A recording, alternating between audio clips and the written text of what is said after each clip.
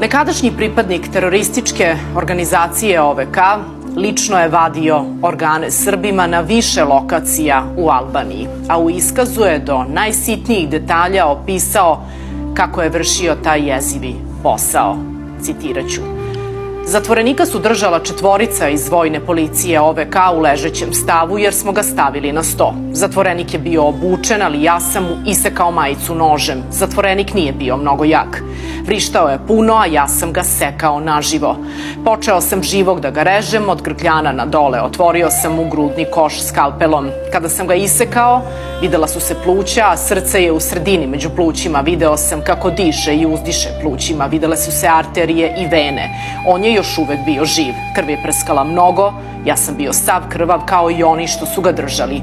Uspeo sam da mu izvadim srce. Uhvatio sam ga golim rukama i stavio u plastičnu kutiju koju sam potom stavio u frižider. Frižider sam zatvorio i odneo ga je jedan vojnik, Agim iz Albanije. On je frižider stavio u automobil Sabita Gecija.